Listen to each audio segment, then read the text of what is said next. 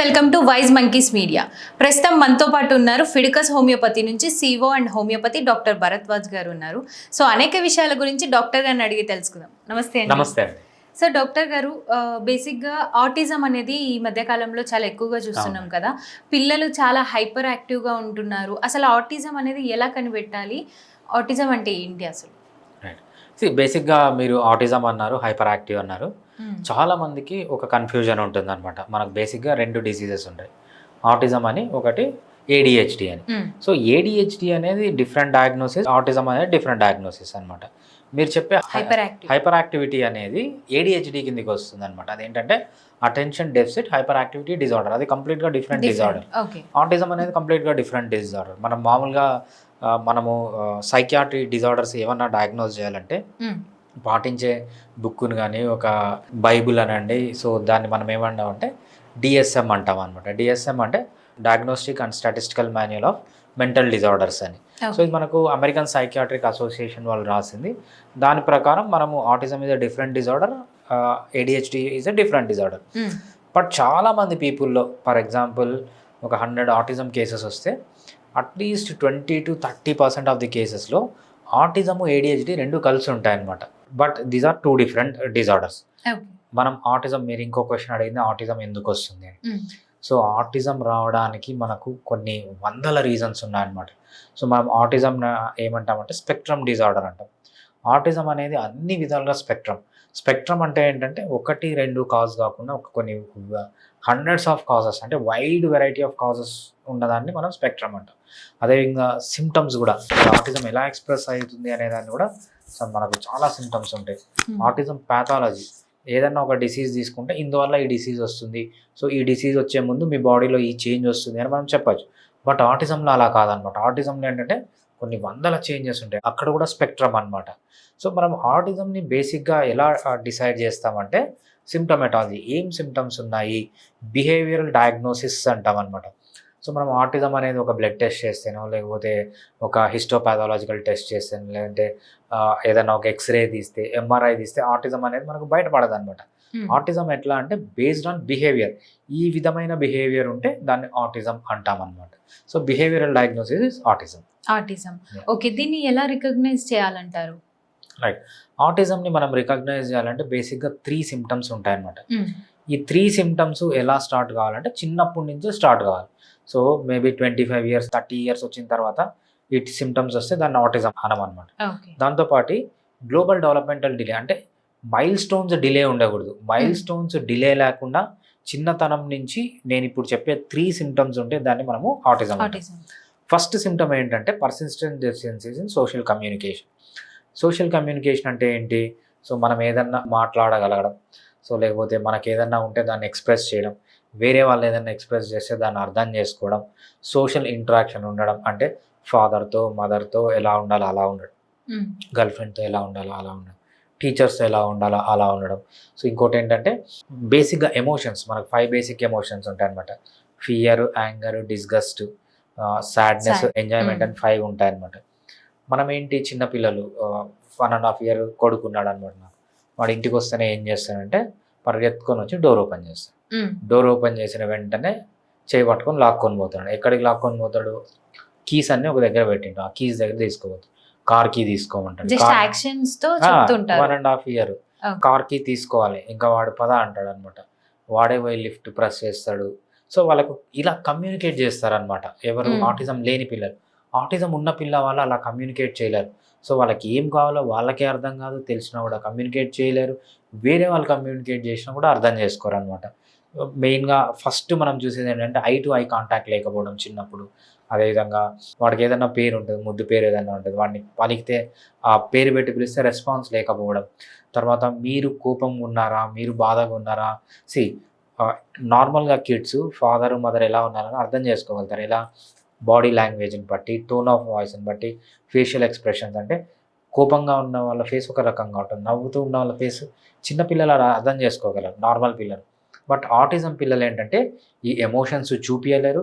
కోపం కానీ, లేకపోతే బాధ కానీ, లేకపోతే భయం కానీ వాళ్ళు చూపించలేరు. వేరే వాళ్ళు చూపిస్తే దాన్ని అర్థం కూడా చేసుకోలేరు అనమాట. సో ఇది సోషల్ కమ్యూనికేషన్ అనేది డెఫిషియెంట్గా ఉంటుంది అనమాట. నెక్స్ట్ ప్రాబ్లం ఏంటంటే వీళ్ళకి hypo or hyper activity, sensory activity అనమాట. సో మనకేంటి, చిన్న సౌండ్ వస్తే వాళ్ళకి చాలా పెద్ద వినపడ్డం. నేను ఒక ఆటిజం పేషెంట్ని చూసానమాట. లిఫ్ట్లోకి వెళ్ళిన వెంటనే చెవు మూసుకుంటాడు. ఎందుకంటే లిఫ్ట్లో ఒక సౌండ్ వస్తుంది కదా, ఆ డైరెక్షన్స్ వస్తాయి కదా, ఆ డైరెక్షన్స్ వీళ్ళకి చాలా హైగా వినిపిస్తాయి అనమాట. అదేవిధంగా కొంతమంది ఏంటంటే కొంచెం వేడి ఉన్నా తట్టుకోలేరు, వాళ్ళకి చాలా వేడి అనిపిస్తుంది. లేకపోతే వేరే వాళ్ళకి ఎక్కువ వేడి ఉన్నది అసలు వీళ్ళకి వేడి అనిపించదు. సో సెన్సరీ ప్రాబ్లమ్స్ కూడా ఉంటాయన్నమాట దేంట్లో, చూడడంలో కానీ, లేకపోతే స్మెల్లో కానీ, హియరింగ్లో కానీ, టేస్ట్లో కానీ, టచ్లో కానీ వీళ్ళకి సెన్సరీ ప్రాబ్లమ్స్ అనేవి ఉంటాయన్నమాట. దీంతో పాటు ఇంకొక ప్రాబ్లం ఏంటంటే రిస్ట్రిక్టెడ్ రిపిటేటివ్ బిహేవియర్స్ అంటాం.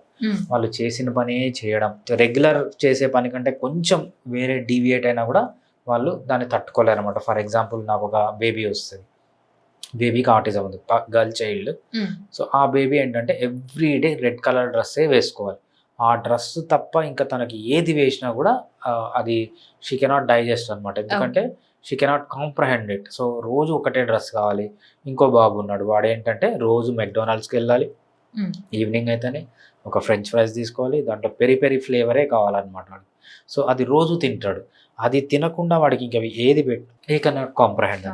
సో ఇలా ఈ 3 ప్రాబ్లమ్స్, ఒకటి communication problems, restricted repetitive behaviours, ఇంకోటి ఏంటంటే hyper or hyper sensory problems. ఇవి ఉన్న వాళ్ళకు గ్లోబల్ డెవలప్మెంటల్ డిలే, వేరే ఏ డెవలప్మెంట్స్ అంటే వేరే మైల్ స్టోన్స్ అన్ని కరెక్ట్గా ఉండి చైల్డ్హుడ్ నుంచే ఈ ప్రాబ్లమ్స్ వస్తే దాన్ని మనము ఆటిజం కింద డయాగ్నోస్ చేస్తాం అన్నమాట. ఓకే. సో ఇందాక ADHD అన్నారు కదా, ADHD వాళ్ళకి ఎలాంటి సిమ్టమ్స్ ఉంటాయి? రైట్. ADHD వాళ్ళకి మెయిన్గా రెండు సిమ్టమ్స్ ఉంటాయండి. ఒకటి attention deficit, hyper activity. Attention deficit అంటే ఏంటంటే ఏ పని పైన కాన్సన్ట్రేట్ చేయలేరు. సో నాకు ఒక అన్నా చెల్లెలు ఇద్దరు వస్తారనమాట, ఇద్దరికి ADHD. వాళ్ళ మదర్ ఏం చెప్తారంటే ఫస్ట్ వీళ్ళు గమనించే సిమ్టమ్ ఏంటంటే, చిన్నప్పుడు మన పిల్లలు అల్లరి చేసినా, మన పిల్లలు కాన్సన్ట్రేట్ చేయకపోయినా మనకు ముద్దుగానే అనిపిస్తుంది. ఎప్పుడైతే వీళ్ళని స్కూల్లో తీసుకుపోయేస్తారో పిల్లలందరూ కూర్చొని చదువుకుంటూ ఉంటారు, వీళ్ళు మాత్రం లేచి తిరుగుతూ ఉంటారు అనమాట. సో వీళ్ళు ఏంటంటే ఒక్క దానిపైన కాన్సన్ట్రేషన్ ఉండదు. సో అటెన్షన్ అనేది ఉండదు అనమాట. హైపర్ యాక్టివిటీ, ఉన్నదానికంటే ఎక్కువగా యాక్టివ్గా ఉంటారనమాట. సో ఏదన్నా ఒక చిన్న పని చేయాలంటే స్కూల్లో కూడా ఏదన్నా 100 మంది క్లాస్లో పిల్లలు ఉంటారు, ఏదన్నా ఒక పని చెప్తే వీళ్ళే ఫస్ట్ పరిగెత్తి పోవడము, వీళ్ళు అవసరమైన పనులన్నీ వదిలేసి ఈ ఏవైతే తిరగడము, పరిగెత్తడము, కంటిన్యూస్గా వర్క్ చేంజ్ చేయడం ఇలా ఉంటుంది అనమాట. బోత్ ఒక పని పైన కాన్సన్ట్రేషన్ లేకపోవడం, హైపర్ యాక్టివ్గా అంటే ఉన్నదానికంటే ఎక్కువ చేయడం, దీన్ని మనము హైపర్ యాక్టివిటీ డిజార్డర్ కింద తీసుకుంటాం. ఓకే. అంటే ఇప్పుడు ఈ మధ్య కాలంలో చిన్న పిల్లలు అనేది చాలా యాక్టివ్గానే ఉంటున్నారు, జెడ్ కిడ్స్ అందరూ చాలా యాక్టివ్గా ఉంటున్నారు. సో వాళ్ళల్లో ఎలా రికగ్నైజ్ చేయాలి ADHD అని? రైట్, చాలా మంచి క్వశ్చన్ అండి. ఎందుకంటే మనం చూస్తూ ఉంటాము, మనం ఎక్కడికన్నా పార్టీస్కి వెళ్ళినప్పుడు కానీ, సో మన పిల్లల్ని చూసి వేరే వాళ్ళు అరే వీడికి ప్రాబ్లం ఉంది, ఆటిజం ఉంది, లేకపోతే ADHD ఉంది, చూపించుకోండి అని చెప్తుంటారు. లేకపోతే మనం కూడా ఒక్కొక్కసారి పక్కన వాళ్ళ విషయాల్లో మనం ఇంటర్ఫియర్ కావడం, మనం కూడా చెప్తూ ఉంటాం వాళ్ళకి, అరే మీ పిల్లవాడికి ఆటిజం ఉంది, మీ పిల్లవాడికి ADHD. ఎప్పుడే కానీ అలా డయాగ్నోసిస్ అనేది చేయకూడదు అనమాట. డయాగ్నోసిస్ చేయాలంటే కంపల్సరీ ఒక వెల్ క్వాలిఫైడ్ డాక్టర్ ఉండాలి, వెల్ ఎక్స్పీరియన్స్డ్ ఉండాలి, మంచి నాలెడ్జ్ ఉండాలి, మంచి కాంపిటెన్సీ ఉండాలి, ఎథికల్గా చాలా స్ట్రాంగ్గా ఉండాలి. వీళ్ళు మాత్రమే ఆటిజం డయాగ్నోస్ చేయాలి తప్పితే ఎవరు పడితే వాళ్ళు ఆటిజంని, ADHDని డయాగ్నోస్ చేయకూడదు. సో ఇక్కడ సింపుల్ క్రైటీరియా, ADHDకి కానీ ఆటిజం కానీ, ఒక్కొక్కసారి ఎవరన్నా కోపంగా ఉంటే మనం అర్థం చేసుకోలేం. ఒక్కొక్కసారి ఎదుటి వాళ్ళు కోపంగా ఉన్నారా, బాధగా ఉన్నారా అని మనం కూడా అర్థం చేసుకోలేం, నార్మల్ పీపుల్. దాన్ని అంత మాత్రమే ఆటిజం అనకూడదు అనమాట. సో ఆటిజం అని ఎప్పుడు అంటాం అంటే, ఆ లైన్ ఏంటి అంటే, సో వీటి వల్ల మీ లైఫ్కి ఏదైనా సివియర్ ప్రాబ్లమ్స్ వస్తే, ఫర్ ఎగ్జాంపుల్ మీ కమ్యూనికేషన్ లేక మ్యారేజ్ కావట్లేదు, లేకపోతే మ్యారేజ్ అయినా డివోర్స్ అయిపోతుంది, లేకపోతే మీరు ఒక ఆఫీస్లో ఉన్నప్పుడు వాళ్ళతో కలవలేకపోతున్నారు, మీ జాబ్ పోతుంది. ఎప్పుడైతే సివియర్ సోషల్ ప్రాబ్లమ్స్ వస్తాయో అప్పుడు మాత్రమే దాన్ని ఆటిజం కింద డయాగ్నోస్ చేయాలి తప్పితే ప్రాబ్లమ్స్ ఏమీ లేనంత వరకు మనం దాన్ని ఆటిజం అని డయాగ్నోస్ చేయకూడదు. సో ఈ ఆటిజంలో కూడా మళ్ళీ మైల్డ్, మోడరేట్, సివియర్ అని ఉంటాయి అనమాట. Severe autism, mild autism, moderate autism, దీనికి కూడా కొన్ని క్రైటీరియా ఉన్నాయి. ఆ క్రైటీరియా సూట్ అయితేనే దాన్ని సివియర్ అంటాం, ఆ క్రైటీరియాకి దాన్ని సూట్ అయితేనే మీడియం అంటాం, లేకపోతే మైనర్ అంటాం. సో అది కంపల్సరీ ఒక డాక్టరే, వెల్ క్వాలిఫైడ్, ఎక్స్పీరియన్స్డ్, కాంపిటెంట్ డాక్టరే చేయాలి తప్పితే ఎవరంటే వాళ్ళు ఎవరైనా. డయాగ్నోస్ చేయకూడదు అనమాట. ఓకే. ఈ ఆటిజం అండ్ ఏడీహెచ్‌డి అనేది చిన్న పిల్లల్లోనే ఉంటుందా? లేకపోతే పెద్దవాళ్ళలో కూడా ఉంటుందంటారా? రైట్. ఆటిజం డయాగ్నోసిస్‌లోనే ఉంటుందండి. హ్మ్. ఆటిజం అనేది ఓన్లీ పిల్లవాళ్ళలో ఉంటేనే దాన్ని ఆటిజం అంటాం. ఓకే. బట్ ఏడీహెచ్‌డి అలా కాదు. ఏడీహెచ్‌డి చిన్న పిల్లల్లో ఉండొచ్చు, హ్మ్. అడల్ట్‌లో కూడా ఉండొచ్చనమాట. రీసెంట్‌గా మనకు ఈ డీఎస్ఎం అనేది ఇప్పుడు 5థ్ వర్షన్. డీఎస్ఎం-5 అంటామనమాట. హ్మ్. డీఎస్ఎం-4, డీఎస్ఎం-3లో కూడా మనకు ఏడీహెచ్‌డి ఉంది. అప్పుడెప్పుడు మనకు అడల్ట్ ఏడీహెచ్‌డి అనే పదం లేదు. ఇప్పుడు డీఎస్ఎం-5లో కొత్తగా యాడ్ చేశారు అడల్ట్ ఏడీహెచ్‌డి. అంటే ఇన్ని రోజులు ఏడీహెచ్‌డి అనేది చిన్న పిల్లల్లో మాత్రమే చూసాము. ఈ కాలంలో పెద్దవాళ్ళలో కూడా వస్తుంది. హ్మ్. ఎందుకు పెద్దవాళ్ళలో వస్తుంది అని ఒక రీసెర్చ్ చేస్తే ఏంటంటే మల్టీ టాస్కింగ్. ఎస్పెషల్లీ మీరు ఒక టెక్నాలజీ కంపెనీలో పనిచేస్తే మీరు ఇక్కడ ఫోన్ చూసుకుంటూ ఉంటారు. ల్యాప్‌టాప్‌లో ఏదో చేస్తూ ఉంటారు. పక్కన ట్యాబ్ పెట్టుకుంటా ఉంటారు. ఇంకోటేదో వింటూ మ్యూజిక్ ఉంటారు. పెట్టుకుంటారు. మ్యూజిక్ పెట్టుకుంటారు. సో, స్క్రీన్ పైన కూడా ఒక పని చేయరు. 10 పనులు చేస్తుంటారనమాట. ఇన్ని పనులు ఒకటేసారి చేసేటప్పటికి ఏంటంటే, ఆ మైండ్ అనేది కాంప్రహెండ్ చేసుకోక సో, మనకు మైండ్‌లో న్యూరల్ నెట్వర్క్స్ ఉంటాయన్నమాట. హ్మ్. మనకు task mode network, default mode networks అని 2 ఉంటాయి. సో, టాస్క్ మోడ్ నెట్వర్క్ ఎప్పుడైతే ఎగ్జైట్ అవుతుందో, డిఫాల్ట్ మోడ్ నెట్వర్క్ అనేది కూల్ డౌన్ అవ్వాలి. ఎప్పుడైతే default mode network excite task mode network అనేది కూల్ డౌన్ అవ్వాలి. సో, ఇలా కాకుండా అంటే మైండ్ అంతా ఒక సింక్రనీ అంటే మన డిఫరెంట్ మైండ్ పార్ట్స్‌కి ఏవైతే న్యూరల్ నెట్వర్క్స్‌కి ఆ సింక్రనైజేషన్ లేకుండా అయిపోతుంది. ఈ పనులన్నీ ఒకటేసారి చేయడం వల్ల. అందుకు మనకు ఇప్పుడు అడల్ట్ ఏడీహెచ్‌డీ అని కూడా ఒక మంచి డయాగ్నోసిస్ ఉందన్నమాట. ఓకే. సో, ఇది హోమియోపతిలో ఎలా ట్రీట్మెంట్ ఉంటుందంటారు? ఏడీహెచ్‌డికి కానీ, ఆటిజం కానీ? రైట్. ఏడీహెచ్‌డీకి, ఆటిజంకి హోమియోపతిలో చాలా మంచి ట్రీట్మెంట్ ఉంటుందండి. సో, సింపుల్‌గా చెప్పాలంటే వేరే దానికి హోమియోపతికి డిఫరెన్స్ ఏంటంటే, వేరే దాంట్లో ఆటిజంలో గానీ మీకు ఏడీహెచ్‌డీలో గానీ వాళ్ళకి ఆ డిసీజ్‌ని క్యూర్ చేసే మెడిసిన్స్ ఎక్కడా లేవు. బాగా ఎక్సైట్ అవుతున్నాడా? హ్మ్. మత్తొచ్చే మందివ్వండి. బాగా డల్లుగున్నాడా? బాగా ఎక్సైట్ అయ్యే మందివ్వండి. Either excites or makes him calm అంతే. హ్మ్. ఇవి గాకుండా ఆటిజంని ట్రీట్ జేయడానికి అలోపతిలో మెడిసిన్సే లేవు. హ్మ్. బట్ హోమియోపతిలో ఆటిజం గానీ, ఏడీహెచ్‌డీకి గానీ ఎక్సలెంట్ మెడిసిన్స్ ఉన్నాయి. కొన్ని డైట్‌లో చేంజెస్ చెప్తాను నేను. ఆ డైట్‌లో చేంజెస్ జేసి మెడిసిన్ వాడితే చాలా మందికి కంప్లీట్‌గా రికవర్ అవ్వడమే కాకుండా మళ్ళీ మళ్ళీ రాకుండా ప్రివెంట్ అవుతుంది. ఇవన్నీ ఏంటంటే జీరో సైడ్ ఎఫెక్ట్స్. సో, అలోపతిలో మనం ఏ మెడిసిన్ ఇచ్చినా గూడా చాలా సైడ్ ఎఫెక్ట్స్ ఉంటాయి. హ్మ్. బట్ హోమియోపతిలో మనం జీరో సైడ్ ఎఫెక్ట్స్‌తో ఆటిజంని గానీ, ఏడీహెచ్‌డీ గానీ ట్రీట్మెంట్ తీసుకోవచ్చు. మీరు ఆయుర్వేద, యునాని, సిద్ధ, అలోపతి వీటన్నిటికంటే బెటర్‌గా హోమియోపతిలో ట్రీట్మెంట్ ఉంటుంది. రిజల్ట్స్ కూడా మనకు వితిన్ 1 మాక్సిమం 2-3 మంత్స్‌లో మంచి రిజల్ట్స్ అనేవి మనం చూస్తామనమాట. చూస్తాం. ఓకే డాక్టర్ గారు. సో, డాక్టర్ గారు హ్మ్. ఒకప్పుడు టీబీ అంటే చాలా రేర్ కేసెస్‌లో చూసేవాళ్ళం కదా! హుహు. కాకపోతే ఈ మధ్య కాలంలో వేరే చిన్న చిన్న ప్రాబ్లమ్స్ లైక్ లింఫ్ నోడ్ వచ్చినా కూడా, లేకపోతే ఇమ్యూన్ పవర్ తక్కువున్నా కూడా ఇలా టీబీస్ డిఫరెంట్‌గా ఉన్నాయి కదా! ఇవి ఎక్కువగా వస్తున్నట్టు చూస్తున్నాం. సో, ఎందుకు కాజ్ అయితుంది? టీబీ దేనివల్ల వస్తదసలు? యాహ్! టీబీ అనేది ఒక డిసీజ్ అండి. హ్మ్. అదొక బ్యాక్టీరియా వల్ల వస్తది. బట్ ఏంటంటే మీరు చెప్పిన దానికి ఎగ్జాక్ట్ అపోజిట్. మనకు పాతకాలంలో టీబీ ఎక్కువుండేది ఇంకా. ఓకే. పాతకాలంలో ఎలా ఉండేదంటే మనకంత యాంటీబయాటిక్ ఎక్స్‌పోజర్ గాని, India is a poor country right? So, మనకు అంతగా మంచి మెడిసిన్స్ ఉండేవి కాదు పాతకాలంలో. హ్మ్. సో, మన తాతలు, ముత్తాతలు వాళ్ళని తీసుకున్నప్పుడు ఏంటంటే, టీబీ అనేది కామన్ అనమాట. ప్రతి ఇంట్లో ఒక టీబీ మనిషి ఉండేవాడు. So, okay. ఇప్పుడు లేరు మనకు. ఇప్పుడు యాంటీబయాటిక్స్ వచ్చిన తర్వాత, మన ఫుడ్ హ్యాబిట్స్ చేంజ్ అయిన తర్వాత, ఎస్పెషల్లీ మంచి హైజీన్ పాటించిన తర్వాత, మనకు మంచి ఫుడ్ తీసుకున్న తర్వాత ఏమైందంటే, ఇప్పుడు టీబీ అనేది బాగా తగ్గిపోయింది. హ్మ్. మీరు చెప్పినట్టు ఈ కాలంలో టీబీ ఎందుకొస్తుంది అంటే మెయిన్‌గా ఆల్మోస్ట్ టీబీ ఉన్న కేసెస్‌కి మనం ఏం చేస్తామంటే హెచ్ఐవి టెస్ట్ చేపిస్తామనమాట. ఎందుకంటే హ్మ్. ఎప్పుడైతే వాళ్ళ ఇమ్యూనిటీ కాంప్రమైజ్ అయ్యి, ఎప్పుడైతే వాళ్ళ ఇమ్యూనిటీ తగ్గిపోతుందో అప్పుడు టీబీ అటాక్ అయ్యే ఛాన్స్ ఉంటుందనమాట ఎక్కువగా. సో, హెచ్ఐవి అంటే ఏంటి? హెచ్ఐవి చేసే పనే మీ ఇమ్యూనిటీని తగ్గించడం. ఎప్పుడైతే హెచ్ఐవి వల్ల మీ ఇమ్యూనిటీ తగ్గిపోతుందో టీబీ అనేది వస్తుందనమాట. ఓకే. అసలు ఈ హెచ్ఐవి అంటే ఏంటి? ఇదెలా వస్తుంది అంటారు? రైట్. హెచ్ఐవి అనేది హ్యూమన్ ఇమ్యూనో డెఫిషియన్సీ వైరస్ అంటామండి. హ్మ్. హెచ్ఐవి చాలా మందికి డౌట్స్ అనమాట. హెచ్ఐవి ఎలా వస్తుంది? కొంతమంది ఏమంటారంటే మల్టిపుల్ సెక్షువల్ పార్ట్నర్స్‌తో సెక్స్ చేస్తే వస్తుందా? లేకపోతే నీడిల్స్‌తో వస్తుందా? ఇవన్నీ కాకుండా మనం సింపుల్‌గా హెచ్ఐవి అనేది ఒక వైరస్. ఓకే. ఆ వైరస్ అనేది గాలిలో గాని ఎక్కడి నుంచి పుట్టదు. ఆల్రెడీ ఒక మనిషిలో ఉంటుంది. ఒక మనిషి నుంచి ఇంకో మనిషికి ట్రాన్స్‌ఫర్ అవుతుందనమాట. అట్లా ట్రాన్స్‌ఫర్ అయినప్పుడే హెచ్ఐవి వస్తుంది. ఒక మనిషి ఉన్నాడు. వాడి నుంచి వేరే వాడికి హెచ్ఐవి వచ్చింది. ఏదో ఒకటి వాడి బాడీలోంచి వీడి బాడీలోకి ఎంటర్ కావాలి. దాంట్లో ఏదైతే హెచ్ఐవి వైరస్ వాడి బాడీ పార్ట్స్‌లో ఎక్కడ ఉంటుందో అది గన వీడి బాడీలోకి ఎంటర్ అవుతే హెచ్ఐవి వస్తుంది. కామన్‌గా ఎక్కడుంటాయి హెచ్ఐవి వైరస్ అంటే ఫస్ట్ బ్లడ్‌లో. ఒక మనిషికి హెచ్ఐవి వచ్చిందంటే వాడి బ్లడ్‌లో హెచ్ఐవి వైరస్ ఉంటది. వాడి బ్లడ్‌ని గాని ఇంకోరు తీసుకుంటే మేబీ బ్లడ్ ట్రాన్స్‌ఫ్యూజన్ ద్వారా గానీ, నీడిల్స్ ద్వారా గానీ ఎస్పెషల్లీ మనము స్కూల్ చిల్డ్రన్‌లో చూస్తుంటాం అనమాట. డ్రగ్స్ వేసుకుంటూ ఉంటారు వాళ్ళు. వాళ్ళేంటంటే ఒకటే నీడిల్ మల్టిపుల్ పీపుల్ వాడుతుంటారు. హెచ్ఐవి ఉన్నవాడికి నీడిల్ గనక గుచ్చి వీళ్ళు గనక తీసుకుంటే హెచ్ఐవి వైరస్ అనేది వీళ్ళలోకి ఎంటర్ అవుతుందన్నమాట. ఫస్ట్ బ్లడ్ ప్రొడక్ట్స్ ద్వారా ఎంటర్ అవుతుంది. సెకండ్ ఏంటంటే బ్రెస్ట్ మిల్క్. మదర్‌కి గన హెచ్ఐవి ఉంటే బ్రెస్ట్ మిల్క్ ద్వారా బేబీకి గూడా హెచ్ఐవి వాళ్ళ బాడీలోకి ఎంటర్ అవుతుంది. ఇది సెకండ్ టైప్. థర్డ్ టైప్ ఏంటంటే విమెన్‌లో వజైనల్ ఫ్లూయిడ్స్. విమెన్ వజైనా అనేది డ్రైగా ఉండాలి. అక్కడ ఫ్లూయిడ్స్ వస్తుంటాయి. విమెన్‌కి గన హెచ్ఐవి ఉంటే విమెన్ యొక్క వజైనల్ ఫ్లూయిడ్స్‌లో గూడా ఈ హెచ్ఐవి వైరస్ అనేది ఉంటుందన్నమాట.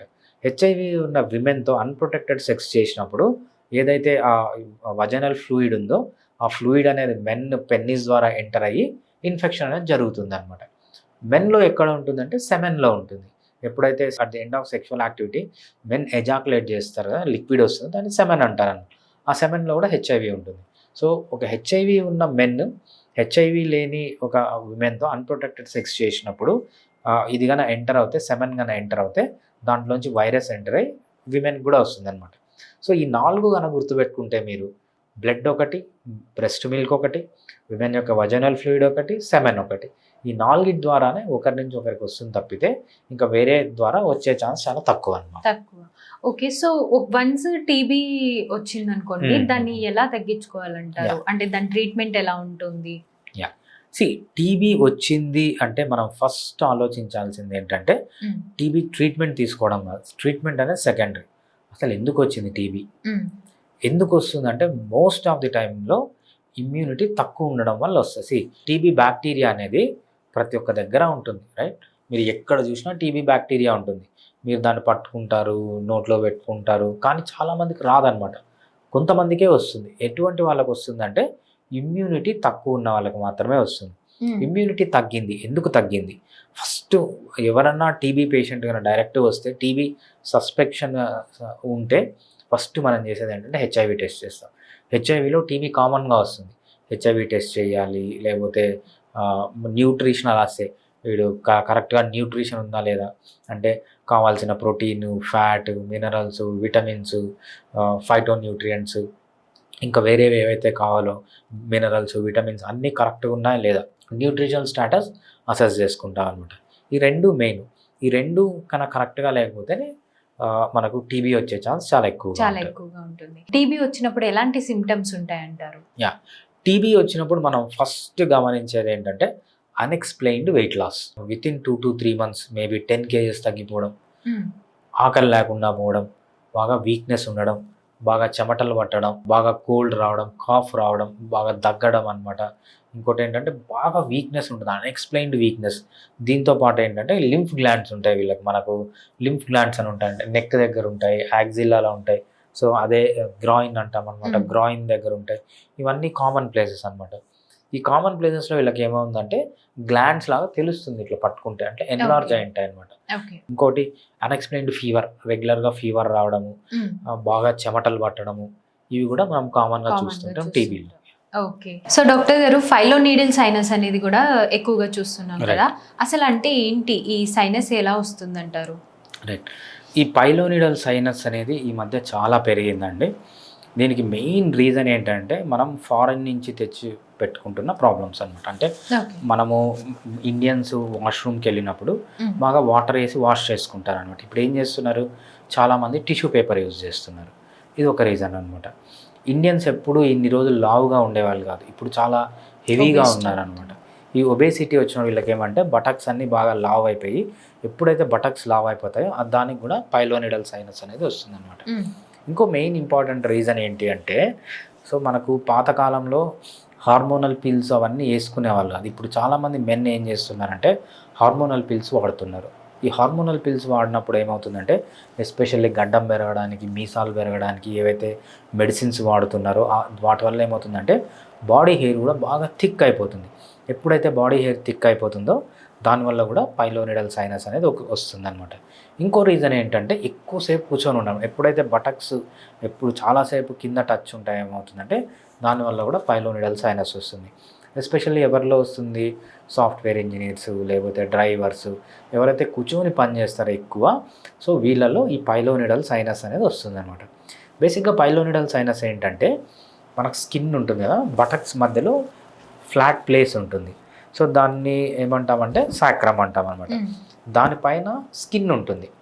మనకు స్కిన్లో ఏమేమి ఉంటాయి? స్వెట్ గ్లాండ్స్ ఉంటాయి, అంటే చెమట వచ్చేది గ్లాండ్స్, స్వెట్ గ్లాండ్స్. సీబమ్ ఉంటుంది అనమాట. సీబమ్ అంటే ఏంటి? మనకు ఆయిల్ వస్తుంది కదా స్కిన్లో నుంచి, దాన్ని సీబమ్ అంటాం. దానికి కూడా సంబంధించిన సబేషియస్ గ్లాండ్స్ ఉంటాయి అనమాట. సో ఈ పైలోనిడల్ సైనస్ కేసులో ఏమవుతుందంటే ఎప్పుడైతే హెయిర్ థిక్గా ఉండడము, లేకపోతే టిష్యూ పేపర్ వాడడము వాష్ చేసుకోవడానికి, లేకపోతే బాగా ఒబేసిటీ ఉండి బటక్స్ అన్ని పెద్దగా ఉండడము, ఎక్కువసేపు కూర్చోవడము, లేదంటే ట్రావెలింగ్ చేసినప్పుడు ఏమవుతుందంటే ఈ బటక్స్ పైన ఉన్న స్కిన్ స్ట్రెచ్ అవుతుంది. స్ట్రెచ్ అయినప్పుడు ఏమవుతుంది? స్వెట్ పోర్స్ అనేవి ఓపెన్ అవుతాయి. ఈ ఓపెన్ అయిన స్వెట్ పోర్స్లోకి థిక్గా ఉన్న హెయిర్ వెళ్ళడము, లేకపోతే క్లాత్ పీసెస్ ఉంటాయి అన్నమాట మనకు తెలియకుండా, ఆ క్లాత్ పీసెస్ వెళ్ళిపోవడము, లేకపోతే ఈ టిష్యూ పేపర్ వాడుతుంటారు ఎస్పెషల్లీ యూరోపియన్స్, ఆ టిష్యూ పేపర్ స్కిన్ లోపలికి వెళ్ళిపోయి అక్కడ ఇన్ఫెక్షన్ అయిపోతుంది అనమాట. ఈ ఇన్ఫెక్షన్ అయినప్పుడు దాన్ని మనము పైలోనిడల్ సైనస్ అంటాము. అది ఓపెనింగ్ అయ్యి బాగా పెయిన్ వచ్చి, బాగా రెడ్నెస్ వచ్చి, బాగా స్వెల్లింగ్ వచ్చి, బాగా టెండర్నెస్, అంటే ఇట్లా తగిలితే పెయిన్ ఎక్కువ అయిపోతుంది, బాగా టెండర్నెస్ ఉండడము, దాంట్లోంచి పస్ రావడము, బ్లడ్ రావడము. సో ఇవన్నీ ఏంటంటే వాళ్ళ లైఫ్ అనేది చాలా హారిబుల్గా మారిపోతుంది అనమాట. దాన్ని మనము పైలోనిడల్ సైనస్ అంటాం. ఓకే, సో దీనికి ట్రీట్మెంట్ ఎలా ఉంటుందంటారు? మనం అలోపతి తీసుకున్నప్పుడు వాళ్ళు ఒకటి చెప్తారంట. వాళ్ళు ఏమంటారంటే సర్జరీ తప్ప వీళ్ళకి ఆప్షన్ లేదు. సర్జరీలో కూడా మనకు 3 టైప్స్ ఆఫ్ సర్జరీ. ఒకటి ఐఎన్డి అంటాము, ఇంకోటి ఏంటంటే ఫ్లాప్ సర్జరీ అంటాం అనమాట. మొత్తం ఓపెన్ చేసి ఇట్లా బయటకు తీసి కుట్టేస్తారనమాట, దాన్ని ఫ్లాప్ సర్జరీ అంటాము. So different type of surgeries ఉన్నాయన్నమాట. ఇవన్నీ ఎన్ని చేసినా కూడా మళ్ళీ వచ్చే ఛాన్స్ ఉంటుంది. బట్ హోమియోపతి మెడిసిన్స్ ద్వారా వితౌట్ సర్జరీ మనము ఆల్మోస్ట్ ఒక 100 కేసెస్లో 99.99 కేసెస్ కంప్లీట్గా క్యూర్ చేసుకోవచ్చు, మళ్ళీ రాకుండా ప్రివెంట్ చేసుకోవచ్చు. 100లో 1-2 కేసులకి ఏమవుతుందంటే మెడిసిన్ వాడడాన్ని రోజులు తగ్గుతుంది, మెడిసిన్ స్టాప్ చేస్తే మళ్ళీ వస్తుంది హోమియోపతిలో. బట్ 99% ఆఫ్ ది కేసెస్లో కంప్లీట్గా క్యూర్ చేయొచ్చు. సో నాకు త్రూ అవుట్ ది వరల్డ్ ఈ పేషెంట్స్ వస్తారు. ఇండియా, మీరు ఏ కంట్రీ అన్నా చెప్పండి వరల్డ్, అక్కడి నుంచి నాకు ఈ ట్రీట్మెంట్ పేషెంట్స్ ఉన్నారు. ఈవెన్ చాలామంది ఎంబీబీఎస్ డాక్టర్స్, ఈవెన్ సర్జన్స్ కూడా ఉన్నారు. సో ఎంబీబీఎస్ డాక్టర్స్ ఏం చేస్తారంటే వాళ్ళకు కూర్చొని చదువుతూ ఉంటారు డాక్టర్స్ అంటే, స్టూడెంట్స్ అంటే, వీళ్ళకి పైలోనిడల్ సైనస్ కామన్గా వస్తుంది. వీళ్ళు ఏం చేస్తారంటే వాళ్ళ డిపార్ట్మెంట్ ఆఫ్ సర్జరీలోకి వెళ్ళి వాళ్ళు చూపిస్తారనమాట. డైరెక్ట్గా సర్జన్ చెప్పేస్తాడు, వాళ్ళ ప్రొఫెసర్ చెప్పేస్తాడు దీనికి మందు లేదు, ఓకే, సర్జరీ చేయించుకున్న వేస్ట్ అని చెప్పి నా దగ్గర రెఫర్ చేస్తుంటారు. ఎందుకంటే థౌజండ్స్ ఆఫ్ కేసెస్ నేను ఆల్రెడీ ట్రీట్ చేశాను. దాంట్లో చాలామంది డాక్టర్స్ ఉన్నారు, సర్జన్స్ కూడా ఉన్నారు దాంట్లో. అంత బాగా హోమియోపతి ఈ పైలోనిడల్ సైనస్కి పనిచేస్తుంది. కంప్లీట్గా క్యూర్ చేయడమే కాకుండా మళ్ళీ ప్రివెంట్ చేస్తుంది. సిమ్టమ్స్ అయితే చాలా ఇమ్మీడియట్గా పెయిన్, రెడ్నెస్, స్వెల్లింగ్ ఏదైతే ఉందో ఇమ్మీడియట్గా రిలీఫ్ వచ్చి కంప్లీట్ క్యూర్ అవ్వడానికి హోమియోపతిలో ఛాన్సెస్ ఎక్కువ ఉన్నాయి. ఓకే, సో ఈ పైలోనిడల్ సైనస్ వచ్చినప్పుడు తొందరగా బ్లడ్ లాస్ అయిపోతారు అని అంటారు కదా డాక్టర్ గారు, ఎందుకంటారు ఇది? నార్మల్గా పైలోనిడల్ సైనస్లో ఏం అంత బ్లడ్ లాస్ ఉండదండి. కొంతమందిలో నేను చూసాను అనమాట. ఫర్ మేబీ ఒక 100 కేసెస్ కన్నా నాకు వస్తే ఒక 5-6 కేసెస్కి సివియర్ బ్లడ్ లాస్ అనేది ఉంటుంది. అది మనకు ఐడియా ఉండదు. నేను అనుకోవడం ఏంటంటే, మనకు బాడీ అంతా బ్లడ్ వెజల్స్ ఉంటాయి, బటక్స్ మధ్యలో కూడా బ్లడ్ వెజల్స్ ఉంటాయి అనమాట. మేబీ ఈ సైనస్ అనేది ఏదన్నా కొంచెం పెద్ద బ్లడ్ వెజల్, ఆర్టరీ కానీ వీన్ కానీ జస్ట్ అతుక్కొని ఉన్నప్పుడు, అది డ్యామేజ్ అయినప్పుడు ఆర్టరీ కానీ వీన్ కానీ ఓపెన్ అయ్యి అక్కడి నుంచి రావచ్చు అనుకుంటున్నాను. బట్ మనము చాలామందిలో చూడం, బట్ అవుట్ ఆఫ్ 100 4 to 5 కేసెస్లో డెఫినెట్గా మంచి బ్లీడింగ్ అనేది చూస్తామని, ఎక్కువ ఉంటుంది బ్లీడింగ్ కొంతమందిలో. మొన్ననే నాకు ఒక పేషెంట్ వచ్చాడు. ఆ పేషెంట్ ఏం చెప్పాడంటే, సార్ నాకు నైట్ పెయిన్ వచ్చింది, ఏదోలే అనుకున్నాను, రేపు డాక్టర్ దగ్గరికి వెళ్దాంలే అనుకున్నాను. మార్నింగ్ లేచి నేను పూజ చేస్తూ ఉంటే నాకు మొత్తం కిందంతా రెడ్గా కనిపించింది. రెడ్గా కనిపిస్తే నాకు ఫస్ట్ ఏం అనిపించలేదు, కుంకుమ కిందికి ఎట్లా వచ్చింది అబ్బా అని చూస్తూ ఉంటే మళ్ళీ ఇట్లా టచ్ చేస్తే బ్లడ్. ఈ కేసు 2 days ముందే వచ్చిందనమాట.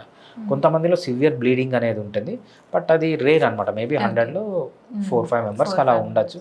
బట్ మోస్ట్ ఆఫ్ ది కేసెస్కి బ్లీడింగ్ అనేది ఎక్కువ ఉండదు అనమాట. ఓకే డాక్టర్ గారు, చాలా క్లియర్గా ఎక్స్ప్లెయిన్ చేశారు. Thank you so much. Thanks అండి. Fiticus Homeopathy